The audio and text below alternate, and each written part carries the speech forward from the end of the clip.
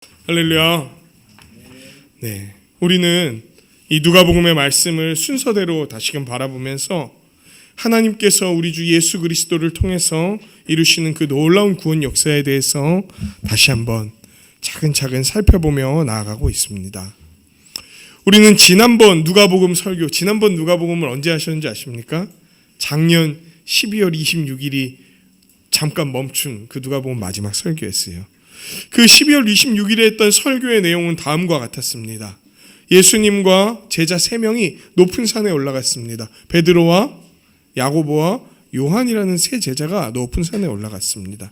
근데 그 산에서 이제 기도를 하시는데 제자들이 잠깐 잠이 들었어요. 그랬다 눈을 떴는데 예수님이 어떤 모습을 나타내고 계시냐면 이 세상에서 막 너무 빛내서 하얘서 어떻게 할 수 없을 정도로 빛나는 존재로 제자들의 눈앞에 서 계셨던 거예요. 게다가 빛나서 그렇게 변모한 예수님께서 누구와 함께, 좌우에 누구와 함께 서 계셨냐면 구약의 최고의 지도자라고 알려진 모세와 구약 최고의 선지자라고 알려진 엘리야, 이 율법과 선지자로 각각 대표되는 이 대표적인 두 사람과 함께 그분이 서 계시는 것을 보게 되었습니다. 그러면서도 동시에 그 둘과 서 있으면서 이분이 얼마나 위대한 분이심을 드러내면서도 동시에 이들보다 더 뛰어난 분이심을 이후에 선포되는 하나님의 말씀을 통해 예수가 바로 하나님의 그리스도다라는 말씀을 통해서 얼마나 이분이 위대한 분인지, 이분이야말로 하나님의 참된 영광을 소유하고 계시는 분인지, 이분과 함께하는 것이야말로 하나님의 참된 영광을 누리는 것이라는 것을 알게 해주시는 그 놀라운 사건을 이야기하고 있었던 거예요. 그런데 예수님이 그런 상황 속에서 제자들에게 마지막쯤에 뭐라고 얘기하셨는지 아십니까? 그 놀라운 영광을 보여주셨어요. 그러니까 막 베드로는 정신을 못 차립니다. 자기가 뭐라고 얘기하는지도 모르면서 뭐라고 얘기하냐면, 여기 있는 것이 조사오니 초막을 3개를 짓겠습니다. 저희와 여기에 함께 계셔 주십시오. 근데 예수님은 초막에서 거하실 것을 말씀하지 않으시고 오히려 어떤 것에 대해서 얘기하셨냐면 내가 예루살렘에서 별세할 것이다 라는 사연에 대해서 얘기를 해주신 거예요. 오히려 지금 여기에 매여 있는 게 아니라, 나는 이 땅에 매여 있는 게 아니라 이 땅을 죽음이라는 방식을 통해 벗어나고 죽음이라는 방식을 통해 이겨야 된다. 지금의 예루살렘은 옛 것에 붙들려서 혹은 율법에 왜곡된 모습인 자기 공로와 자기 의에 붙들려서 자기 사랑으로 하나님의 말씀을 붙들고 있는 이곳을 벗어나서 죽음이라는 방식으로 벗어나서 완전히 새로운 예루살렘을 너희에게 가져다 줘야 된다. 이런 이야기에 대해서 쭉 얘기를 하셨던 거예요. 그렇습니다. 이런 놀라운 하나님의 영광을 담은 예수 그리스도를 보고 온전히 아는 방식은요, 뭘 통해서만 알 수 있냐면 예수님의 별세를 통해서만 알 수 있다는 거예요. 예수님의 죽음을 통해서만이 예수님이 어떤 분이신지, 얼마나 영광스러운 분이신지, 그리고 그 예수님을 이 땅 가운데 보내신 하나님이 어떤 분이신지를 우리는 예수님의 죽음을 통해서 온전히 알 수 있다는 거예요. 하나님이 얼마나 거룩하신지 우린 무엇을 통해서 압니까? 예수님의 죽음을 통해서 아는 거예요. 하나님이 우리를 얼마나 사랑하시는지 우린 무엇을 통해서 압니까? 예수님의 죽음을 통해서 아는 거예요. 하나님이 우리를 향한 뜻이, 서로 사랑하면서 살아가라고 하는 뜻이 무엇을 통해 나타납니까? 예수님의 별세를 통해서 나타나는 거예요. 어떻게 서로를 대하고 섬겨야 되는지 예수님의 별세를 통해서 나타나는 거예요. 하나님의 영광을 알려면, 예수님의 영광을 알려면 예수님의 별세를 거치지 않고서는 도무지 알 수 없다라는 게 지난번 말씀이었던 거예요. 너희가 제자로서 그 영광의 길을 가는 것은 오로지 예수님의 별세를 알고 믿는 것 가운데 나타나게 될 것이다 라는 것을 알려주셨던 내용이었어요. 그리고 오늘 본문은 바로 이러한 배경에서 시작을 하는 내용입니다. 기도하러 올라가신 지 이틀째 되던 날에 예수님이 이렇게 산에서 내려오세요. 그런데 예수님을 맞이하던 사람들은 어떤 사람들이었습니까? 큰 무리였어요. 큰 무리.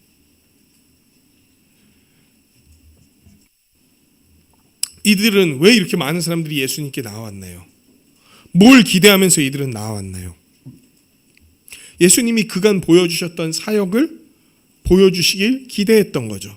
병든 자들을 낫게 하고 귀신 들린 자들의 귀신을 내어 쫓고 왜곡된 많은 것들을 새롭게 함으로써 마치 하나님 나라가 이 땅에 임한 것 같은 모습을 드러내는 예수님께 나와서 그 자신들이 갖고 있는 여러 어려움들을 해결받기 원하는 마음으로 많은 사람들이 예수님께 나왔어요. 놀라운 일들을 기대하면서 나왔어요.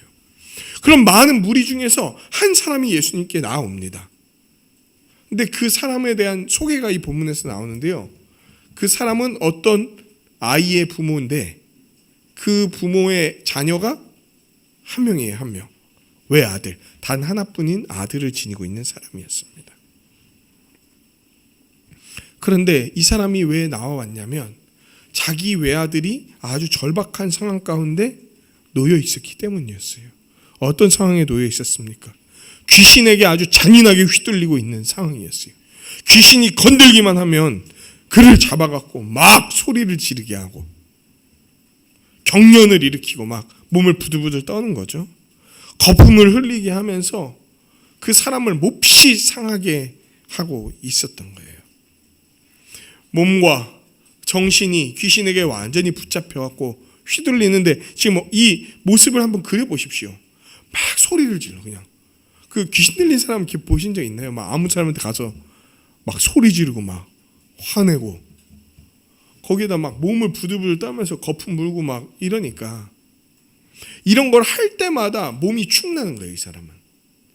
거기에다 몸만 축나는 게 아니라 지금 이 모습이 하나님의 영광을 담은 모습이라고 얘기할 수 있겠습니까?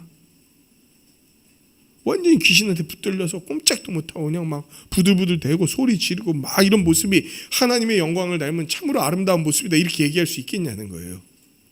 이 사람은 귀신에게 붙들려서 하나님의 형상과 모습대로 지어진 사람의 영광을 다 잃어버린 모습으로 지금 이 외아들은 여기에 놓여 있는 거예요.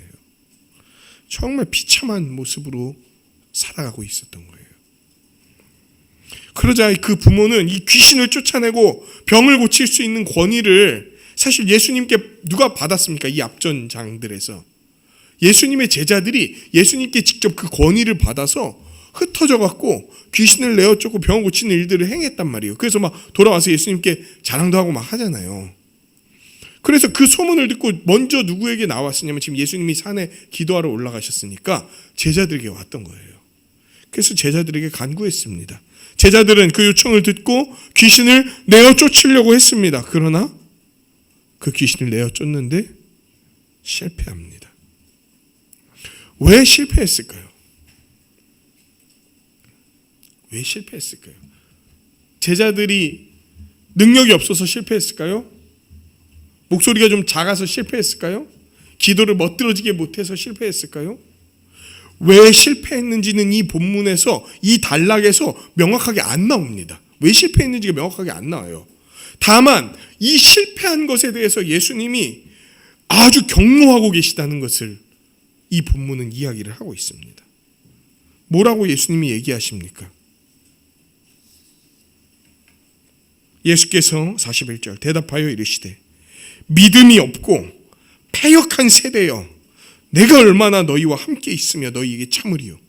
이게 무슨 불신자들을 향해서 하는 얘기가 아니에요. 이거 제자들한테 하는 얘기입니다.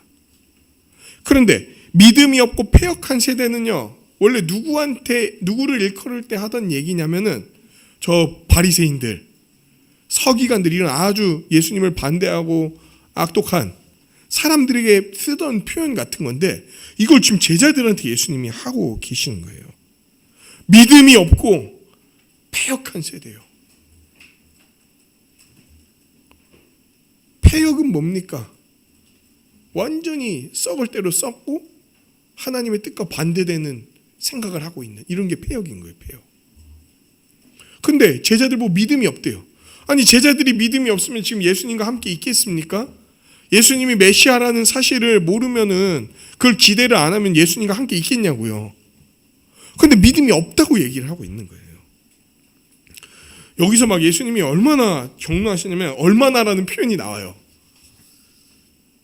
이 41절에 보십시오. 내가 얼마나 너희와 함께 있으면, 이게 강조법이거든요. 정말 예수님이 격노하신 거예요, 지금 상황에서. 사실 다른 복음서에서는 이들의 잘못에 대해서 얘기를 합니다. 왜 예수님이 격노하셨는지를. 그런데 누가복음은 이 본문 안에서 요 부분 있잖아요. 요 부분에서는 이들이 뭘 잘못했는지를 명확히 찾기가 어렵습니다. 오히려 오늘 본문 전체 문맥을 쭉 파악하면서 내려갈 때 예수님이 이래서 이들에게 격노하셨구나라는 사실을 알게 되는 거예요. 그러니까 이제 어떻게 해야 됩니까? 계속해서 내용을 살펴봐야겠죠. 예수님은 그 이후에 부모에게 아들을 데려오라고 하세요. 부모가 예수님께 외아들을 데려올 때까지도 귀신은 역사를 합니다. 예수님에게 끌려오면서도 역사를 해요. 막 거꾸러지고 심한 경련을 일으키게 하고, 예수님에 끌려오는 그때까지도 비참한 지경으로 막 살아가게 만드는 거예요. 그러나 예수님은 이 상황을 바로 잡으시는 거예요. 귀신의 최후의 발악에도 불구하고 예수님은 귀신을 내어 쫓으십니다. 아이는 온전해지고요, 아버지에게 갑니다. 왜 예수님은 되는데 제자들은 안 됐을까?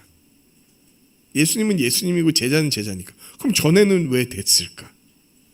지금 제자들이 안 되고 예수님이 되는 것을 통해 이 본문은 뭘 보여주려고 하는 걸까요? 예수님이 이 일을 일으키자 무리들이 엄청 놀랍니다. 뭘 보고 놀랍니까? 예수님의 위엄을 보고 놀래요.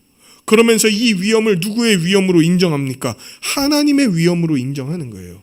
즉, 이 무리가 아직 예수님을 하나님이시다라고 생각하지는 않을 수 있어요.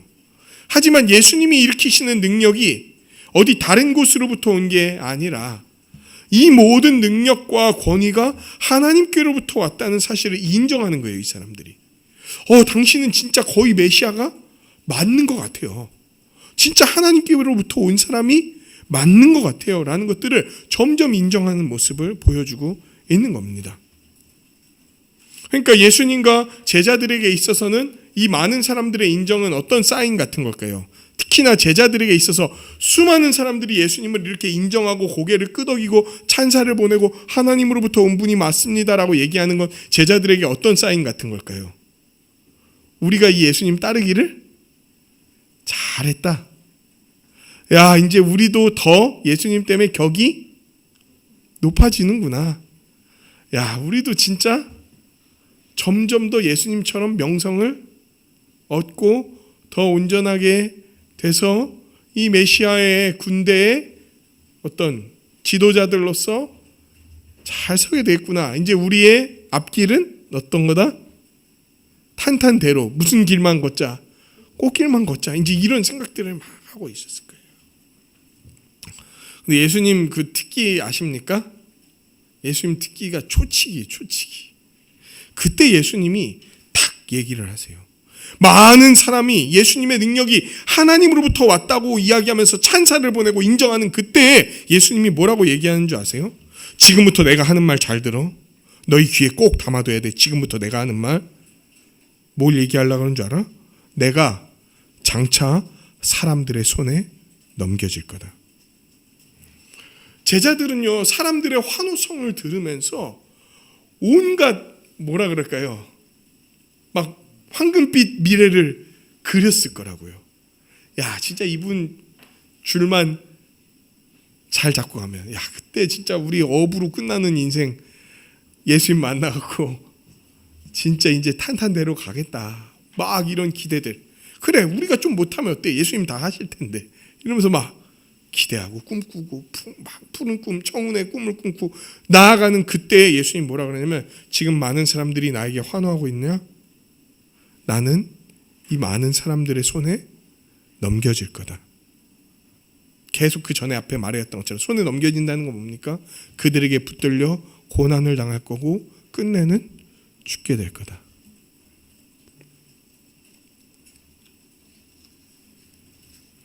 예수님을 통해 나타나는 하나님의 위엄은요, 사람들에게 갈채만 받는 것으로 나타나지 않을 거라는 거예요. 결국 예수님은 뭘 경험하게 될 거냐면 그 많은 사람들의 거부를 경험하게 될 거예요. 많은 이들이 십자가에서 예수님의 죽음을 통해 이루시는 하나님의 역사를 온전한 눈, 영의 눈으로 바라보지 못할 것이라는 것을 보여주시는 거예요. 거기에서 하나님의 영광이 나타날 텐데, 아까 앞선 본문에서 얘기한 것처럼. 근데 그걸 영광의 자리라고 생각하지 않고 그대로 넘겨주게 될 거라는 거예요. 제자들은 이 말을 들었습니다. 하지만 알지 못했습니다. 이들의 무지, 그리고 그 말이 갖고 있는 두려움은 이들을 알지 못하게 만들었던 거예요. 도대체 예수님이 왜 이런 때에 이런 얘기를 하는지 모르겠는 거예요. 제자들은 왜 이런 초치는 얘기를 하는지 도대체 알지 못하겠는 거예요. 거기다가 진짜 그런 일이 벌어지면 어떻게 됩니까? 그분을 따르는 모든 제자들도 그렇게 되는 거 아닙니까? 그러니까 두려운 거예요. 그런 얘기를 예수님이 하는 게 싫은 거예요. 왜 자꾸 뭐 죽는다는 얘기, 속된 말로 재수없게 자꾸 죽는다는 얘기하고 고난받는다는 얘기하고 뭐 끌려간다는 얘기하고 대제사장과 서기관, 지금 대제사장과 서기관들이 버선발로 나와서 예수님을 맞이해도 모자를 파내 그 사람들한테 붙들려 죽는다고 얘기하고, 그러니까 안 듣고 싶고 그렇게 되기를 원치 않고 지금 받는 환호와 지위와 명예와 대우를 누리기를 원하는 거예요.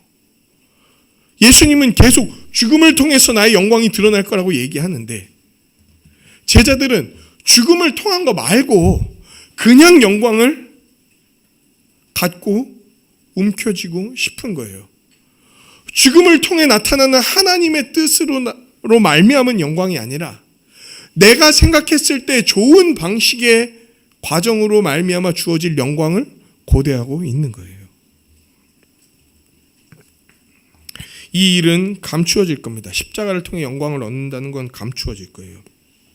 이들이 심지어 예루살렘에 도착했을 때도 모를 거예요. 왜? 도착했을 때 예수님을 호산나로 맞이할 거니까, 많은 사람들이.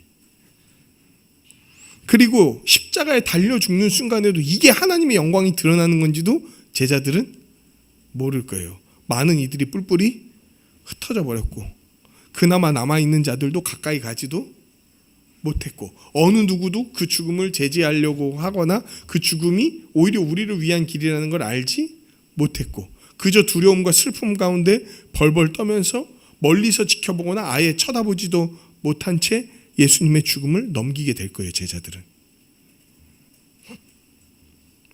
그러나 예수님이 부활하셔서 그 이후에 일어나는 일들을 통해서 제자들은 그때 예수님이 말하셨던 것이 이런 의미였구나라는 사실을 알게 될 거예요. 오히려 예수님의 죽음의 배후에 누가 계신다? 하나님이 계시고 이 죽음을 통해 우리를 향한 구원의 역사를 이루어간다는 사실을 알게 될 거란 말이에요. 하지만 제자들은 지금 알지 못했습니다. 왜 예수님이 이런 이야기를 하는지 알지 못하고 알고 싶지도 않아 했어요. 그러면서 갑자기 또 다른 내용이 나옵니다. 앞의 내용과 사실 별로 연결되지 않을 것 같은 어떤 내용이 나오는데 한번 같이 보시죠. 46절부터 48절까지 내용입니다.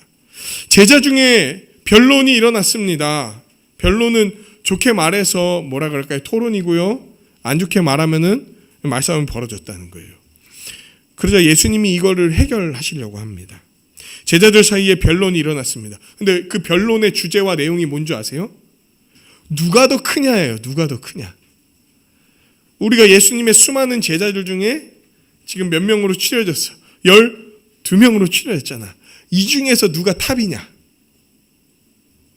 누가 메시아 예수가 이끄는 군대의 어떤 위계도에 있어서 높은 자리를 차지하고 대우를 받고 인정받느냐? 이거 갖고 싸우기 시작한 거예요. 누가 도대체 하나님께 인정받는 자냐? 그리고 예수님이 이런 상황을 아셨던 것 같아요. 그때 예수님의 마음은 어땠을까요?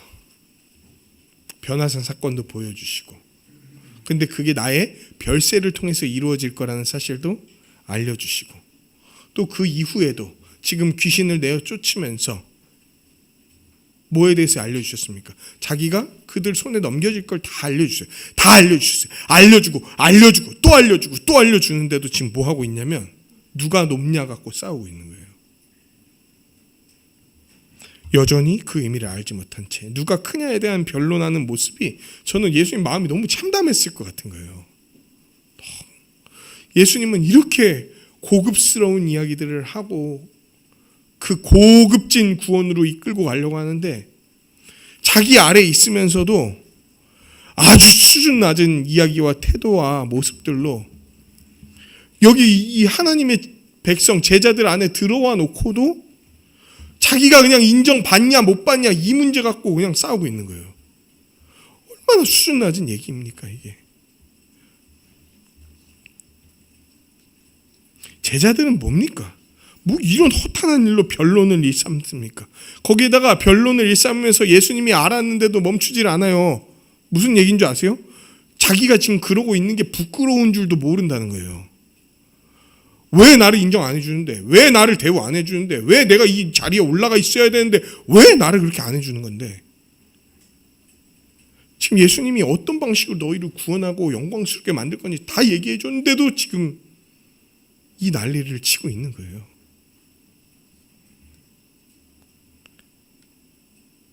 예수님은 너무나 중요한 얘기를 하고 계신 상황인데 제자들은 자기가 지금 어떤 위치에 서느냐를 최우선의 가치와 관심으로 두면서 얘기를 하고 있는 거예요. 그러자 예수님이 어린아이 한 명을 데리고 말씀을 하시는 거예요. 어린아이 한 명을 데려다가 자기 곁에 이렇게 세우십니다. 그러면서 말씀하세요. 누구든지 내 이름으로 어린아이를 영접하면 곧 나를 영접하는 거다. 또한 나를 영접한다면 곧 나를 보내시니 누굽니까? 하나님을 모시는 거다. 이게 다른 성경에서는 다른 표현으로 되어 있기 때문에 사실 이건 다른 복음서와는 좀 다른 얘기입니다. 다른 복음서에서는 누가 하나님 나라에 합당하고 어울리는 자다라고 얘기하냐면 어린아이와 같은 자 이런 얘기를 하시죠. 근데 여기서는 어린아이와 같은 자라는 얘기를 하시는 게 아니에요. 누구든지 내 이름으로 어린아이를 영접하면이에요. 그 어린아이를 맞이하는 자가, 그 어린아이를 챙기고 돌보는 자가 곧 나를 모시고 나와 함께하고 하나님과 함께하는 자다 이 얘기를 하는 거예요. 아이를 영접한다는 건 어떤 건 줄 아십니까? 아이를 영접한다. 아이는 손이 굉장히 많이 갑니다. 아이를 돌볼 때 어떠셨나요, 여러분? 아이를 돌봐보신 분들은 아세요. 아이를 돌볼 때는요, 나의 체면이라든지 나의 모습이라든지 이런 걸 신경 쓸 겨를이 별로 없습니다. 왜 엄마들 맨날 아이들 등교시키고 이럴 때 머리도 못 감으니까 맨날 뭐 곱창 밴드 같은 거나 뭐 이런 거 하고 막 이제 나오잖아요. 왜? 막 바빠요. 아침부터 그 아이를 챙기고 뭐 하고 하려면은 그 아이를 돌볼 때는요, 계속 거의 무릎을 꿇고 있어야 돼요. 왜? 아이가 키가 작으니까 걔를 돌보려면 계속 허리를 구부려서 뭐 할 수가 없거든요. 그러니까 아주 그 아이를 돌본다는 건 어떤 자세가 돼서 돌보냐면 낮은 자세가 돼갖고 하나하나 챙겨주는 거예요. 뒷짐지고 아이를 돌보는 게 뒷짐지고 야 이러면 양말 신어 뭐 이러는 게 아이를 돌보는 게 아니란 말이에요. 아이를 돌본다는 건 나도 어떻게 돼야 되는 겁니까? 낮아져야 되는 거예요. 낮은 자세로 다른 사람을 위해 섬기는 거, 그게 아이를 돌보는 모습인 거예요. 아이를 돌보는 것, 내 이름으로, 예수 그리스도의 이름으로, 예수 그리스도를 믿는 것 때문에 아이를 돌보는 모습으로 다른 사람을 대하는 자가 곧 나를 믿는 자, 나를 받아들이는 자, 나와 함께하는 자요. 그 자가 곧 하나님의 백성인 자다 이 얘기를 하고 계시는 거예요.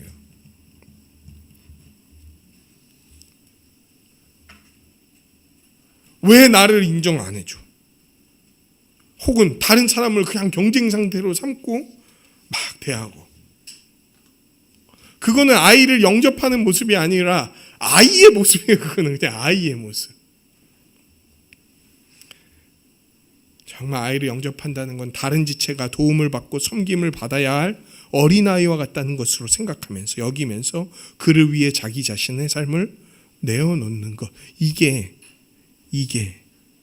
아이를 영접하는 거예요. 아이가 잘못된 길로 가려고 할 때 그 길을 무릎 꿇고 두 눈 맞추고 그 아이의 수준에서 얘기해주면서 바로 잡아주는 거.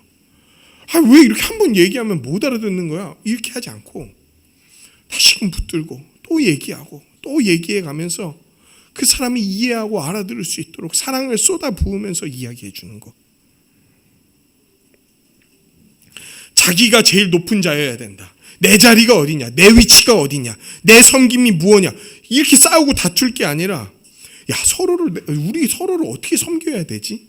내가 나를 어떻게 내어줘야 되지? 내가 어느 낮은 자리로 가서 나를 내어놓지? 이게 어린아이를 영접하는 자와 같은 자라는 거예요. 다른 지체를 낮은 자세로 사랑의 섬김으로 섬기는 자들은요, 우리 주 예수님을 주님으로 모시는 자들에게 나타나는 공통적인 현상입니다. 예수님이 어떤 방식으로 우리를 구원하셨는지, 우리를 섬겼는지 알지 못하는 자들은 예수님을 온전히 섬기고 따를 수가 없어요. 왜? 예수님이 어떤 방식으로 우리를 구원하고 살렸는지를 안 믿으니까 자꾸 뭐를 앞세우게 되냐면, 내가 더 어떻게 낮은 자리에서 저들을 온전케 하지가 아니라 내가 더 어떻게 인정받을 수 있지, 내가 어떻게 더 나의 뜻을 펼칠 수 있지, 이제 이런 식으로 사고가 돌아가게 됩니다. 예수님은요, 예수님 자신을 바르게 알고 믿는 자, 그리고 이 믿음이 삶으로 증명되는 자를 큰 자라고 얘기하고 계시는 거예요. 사실 예수님이 인정하시는 큰 자는요, 세상이나 교회에서 큰 자가 아닐 거예요. 아마도 자신을 크게 여기지 않고요, 오히려 작은 자로 여기면서 낮은 자리에서 모든 이들을 섬기는 모습으로 나타날 거예요. 그 찬송가에도 있죠. 이름도 빛도 없이 뭐 이런 가사들이 있지 않습니까? 그게 아마 예수님이 인정하시는 큰 자의 모습일 거예요. 예수님은 제자들에게 이 얘기를 하시는 거예요. 그리고 마지막으로 세 번째 에피소드가 나옵니다. 49절부터 50절까지의 내용이에요. 요한이 이제 예수님의 제자 중에 이제 나중에 사도 요한이라고 일컬어지는 요한복음, 요한 1, 2, 3서, 요한계시록 이걸 쓴 요한이라는 제자가 예수님께 나옵니다. 나와서 막 얘기하는 거예요. 지금 어떤 사람이 예수님의 이름으로 귀신을 내어 쫓습니다. 그런데 우리가 그걸 봤는데요, 우리와 함께 하지는 않아요. 그래서요, 못하게 막았습니다. 예수님, 저 어때요? 잘했죠? 막 이렇게 얘기하고 있는 거예요. 그때 예수님이 뭐라고 이야기하십니까? 사실 예수님의 이름으로 귀신 내어 쫓는다는 것은 어떤 겁니까? 예수님의 이름으로 귀신을 내어 쫓는다는 건요, 지금 그 사람이 어떤 사람이냐면 예수님으로 말미암아 이 땅에 하나님 나라가 임한다는 것을 믿는 사람인 거예요.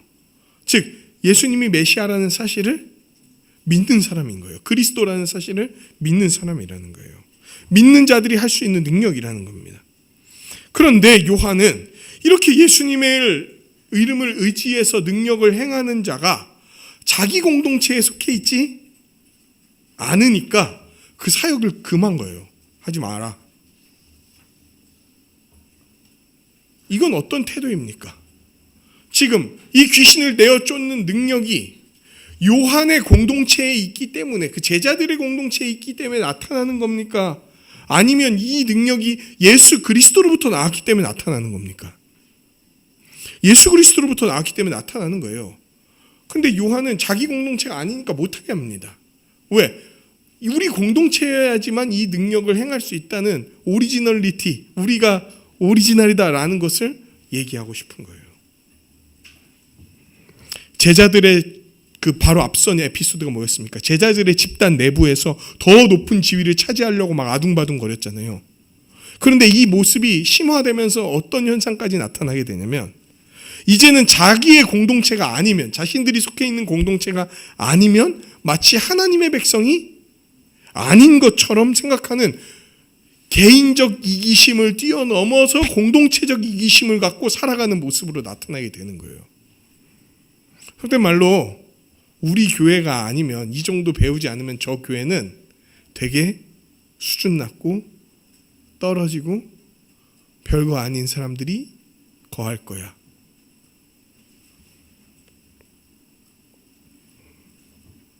능력의 근원은요, 우리 공동체가, 그 공동체가 뭘 좀 더 잘 알거나 뭘 더 많이 하는 데서 나오는 게 아니에요. 그 근원 자체는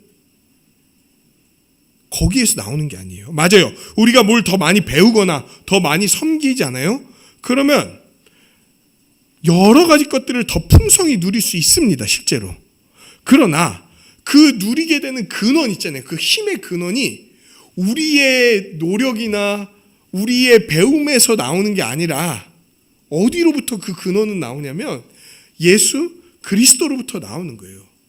우리가 더 배우고 더 섬기는 거는 뭐냐면은 그 근원이신 예수 그리스도를 더 붙들려고 하는 거지, 나의 이런 배움과 섬김 때문에 뭐가 나타난다고 생각하면 안 되는 거예요. 무슨 말인지 아시겠습니까? 우린 더 배우고 더 섬겨야 돼요. 그런데 왜 더 배웁니까? 왜 더 섬깁니까? 우리의 근원이신 예수 그리스도를 더 붙들려고 하는 거예요. 그런데 우리가 더 배우고 더 섬긴다는 게 마치 내 능력의 근원인 것처럼 생각해서 나를 높은 자라고 여긴다면 그거는 대단한 착각이라는 거예요.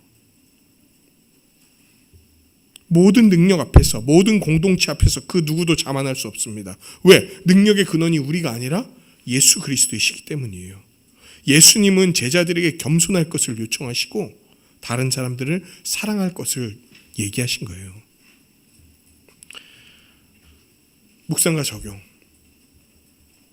귀신을 내어 쫓지 못하는 제자들. 누가 더 높냐고 다투는 제자들.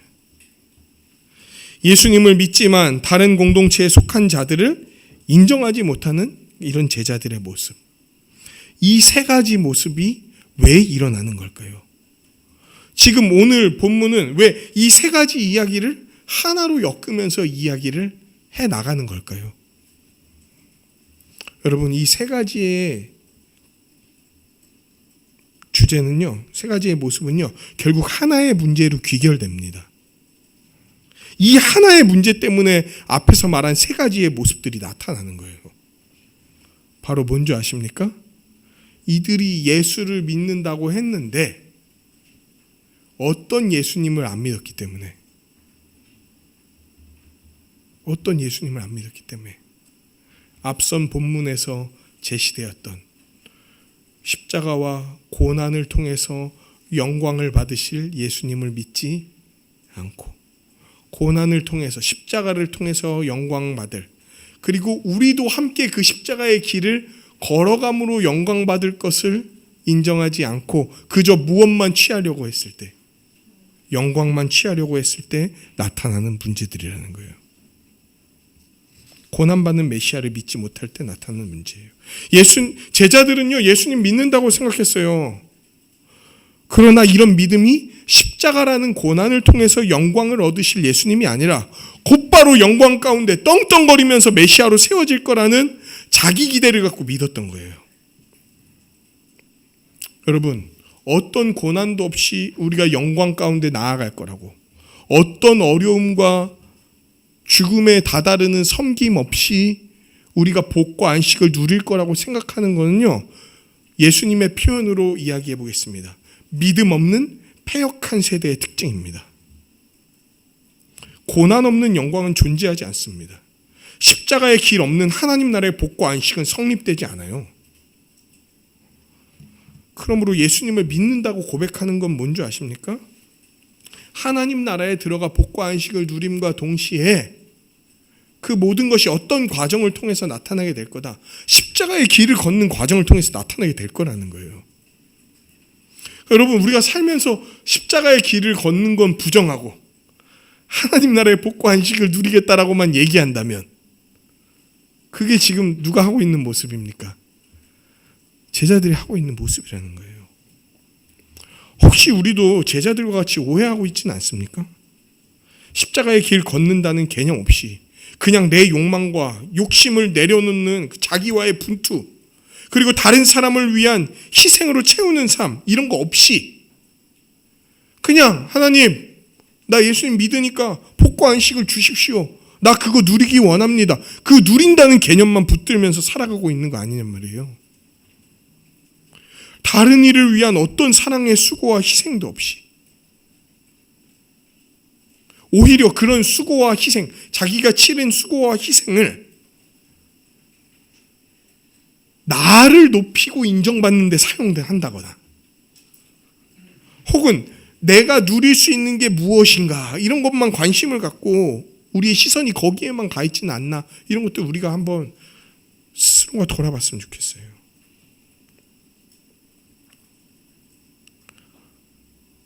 수고해야 하고 애써야 하고 오래 참아야 하고 때로는 참 고통스러운 그 자리를 이제 나는 피하고 싶다고, 이제 나는 됐다고, 거기에 거하고 싶지 않다고, 이제는 그냥 누리고 또 누리는 것이 내 자리라고, 나는 이제 고난을 피해서 그냥 영광으로만 나아가고 싶다고 말하는 게 혹시 우리의 태도가 아니었는지 깊이 묵상해 봤으면 좋겠습니다. 예수님은 말씀하세요. 십자가 없이, 고난 없이 어떤 영광도 없다. 나를 잘라내는 거 없이 어떤 하나님의 영광도 얻을 수 없다는 거예요.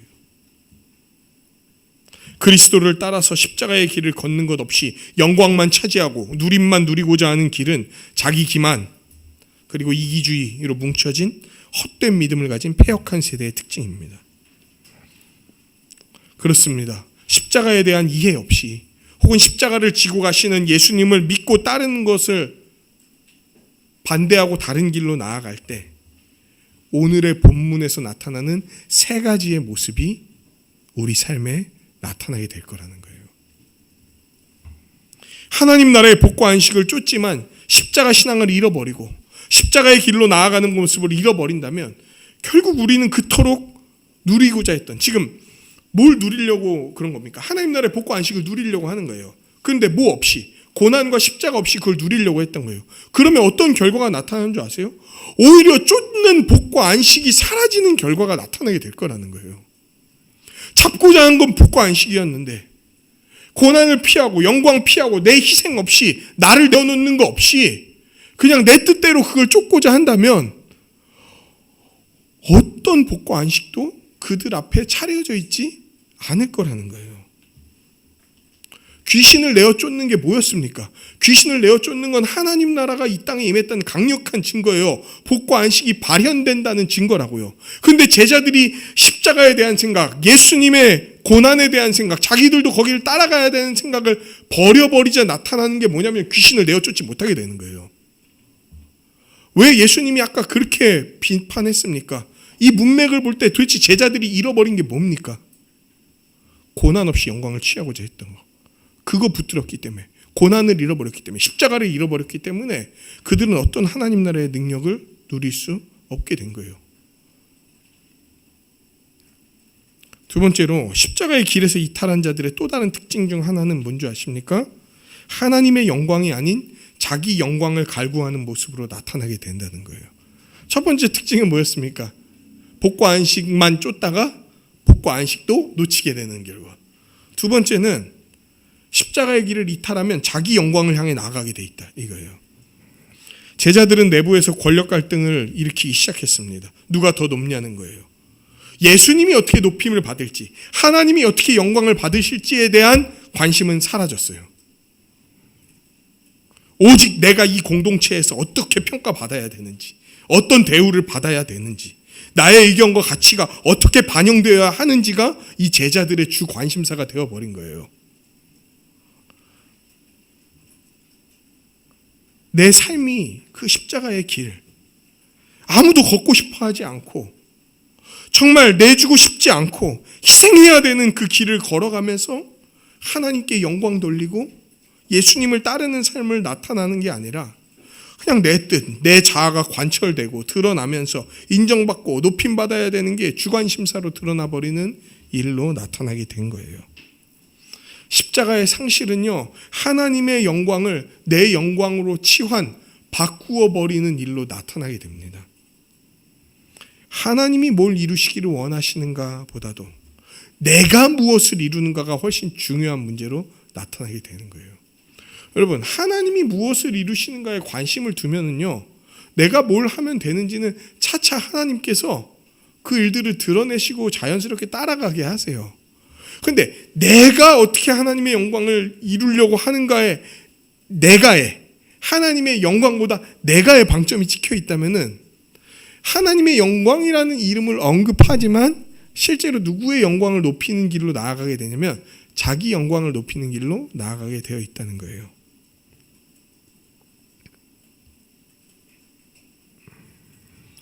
십자가를 잃어버리는 건 내부적 갈등으로 공동체 안에서 번지고 드러나는 양상을 띠게 됩니다. 십자가 신앙을 잃어버린 자들의 마지막 특징은 예수님을 믿는다고 하는 다른 공동체를 제대로 인정하지 않는 모습을 나타내게 됩니다. 우리는 정말 속한 공동체에 대한 자부심을 갖고 살아가요.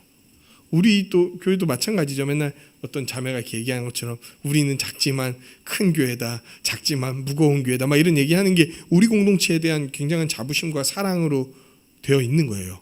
그리고 그런 것들은 중요한 겁니다. 당연한 거기도 하고요, 되게 중요한 거기도 해요. 왜? 우리는 우리 공동체를 사랑하고 아껴야 하니까. 그러나 다른 공동체도 하나님이 세우신 공동체예요. 다른 공동체도요, 예수 그리스도의 몸된 공동체예요.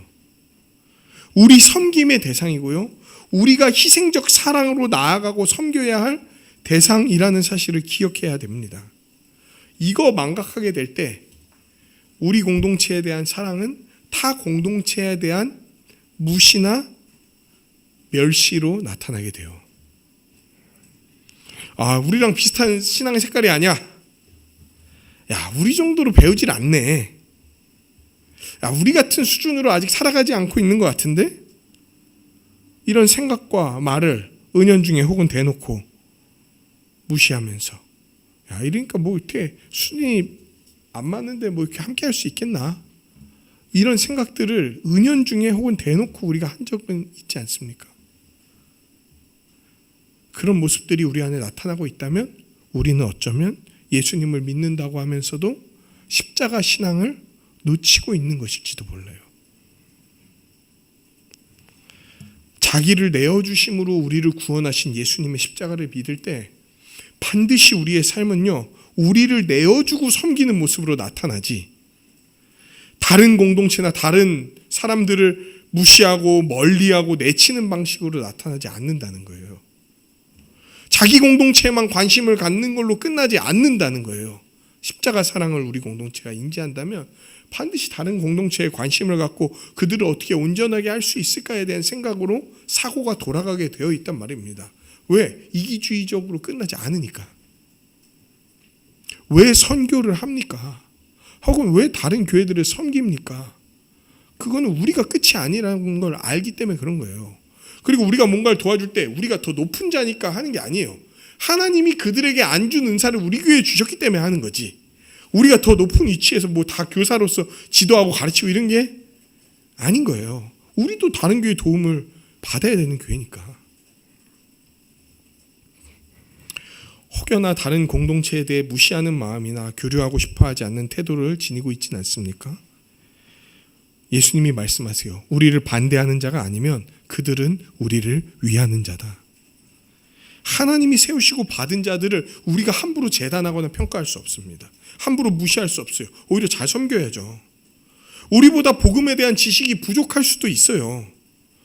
근데 그건 무시해야 될 근거가 아니고요. 아, 이 부분을 더 잘 도와줘야 되겠구나라는 근거가 되는 거예요. 또한 이들을 섬기고자 나아갈 때에도 정말 교만한 태도 이거 있잖아요. 네가 우리한테 배워야지. 이런 마음이 아니라, 야, 정말 예수님 십자가 복음을 이들이 잘 배워서 정말 온전해져서 우리보다도 더 나아졌으면 좋겠다. 이런 겸손한 마음과 태도가 다른 공동체들을 향해 드러나야 된다는 거예요. 예수님과 그분의 십자가를 믿는 믿음은요, 내부의 갈등이나 외부와의 경쟁이 아니라 오직 주님을 향한 섬김, 그리고 다른 사람들을 향한 희생의 사랑으로 나타납니다. 저는 이걸 세 가지의 표현으로 얘기하고 싶어요. 내려놓고, 내어놓고, 엎드린다, 이렇게 표현하고 싶어요. 더 거룩한 모습으로 세워지기 위해서 말씀 앞에 나를 내려놓고요. 더 주님을 닮은 모습으로 살아가기 위해서요. 다른 사람에게 나의 삶을 내어놓고요. 높아지기 위해서 막 발버둥 치는 게 아니라 낮아지기 위해서 엎드리는 것. 이게 십자가를 아는 자의 삶이라는 거예요. 고압적인 자세나 방식이 아니라 손해를 보는 태도와 모습으로 타인과 공동체를 대하는 것들. 모든 사람이 뭐 성질이 없어서 서로를 그렇게 안 대하겠습니까? 왜 더 마치 을인 것처럼 다른 사람을 대합니까? 우리가 뭐 빚진 게 있어서 잘못한 게 있어서 그렇습니까? 예수님이 보여주신 게 그거기 때문에 그래요. 함부로 할 수 있는, 함부로 다른 사람을 대할 수 있는 어떤 상황이 다 갖춰져도 그게 정당해도 세상적으로 봤을 때 그렇게 하지 않고 오히려 마치 우리가 더 뭔가 낮은 사람인 것처럼 하는 이유는요. 우리가 정당하지 않아서가 아니고요. 예수님이 그렇게 우리를 대하셨기 때문이에요. 그러니까 여러분을 그렇게 대하는 사람이 있잖아요. 그럼 그 사람을 무시하거나 함부로 대하면 절대로 안 됩니다. 그 사람이 무슨 뭐가 정당성이 없거나 이래서 그런 게 아니라 예수님이 그 모습을 보여줘서 그 모습으로 정말 나를 잘 섬기려고 하는구나, 이런 모습으로 인지하고 우리도 그들을 그렇게 대해야 되는 거예요.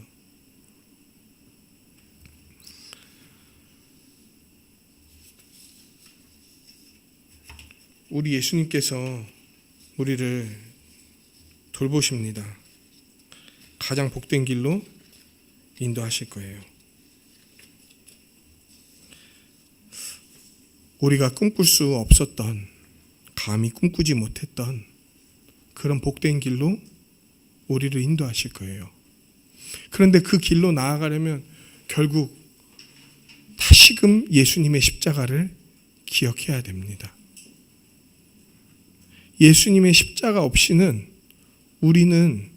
우리가 어떤 존재인지도 몰라요. 예수님의 십자가 없이는 우리가 얼마나 큰 은혜를 받았는지도 몰라요. 예수님의 십자가 없이는요, 우리가 어디로 나아가야 되는지도 몰라요. 십자가 없이는요, 우리가 어떤 모습으로 다른 사람을 섬겨야 되는지도 몰라요. 십자가가 없이는 우리가 어디까지 참아야 됩니까? 라는 질문에 대답을 못해요.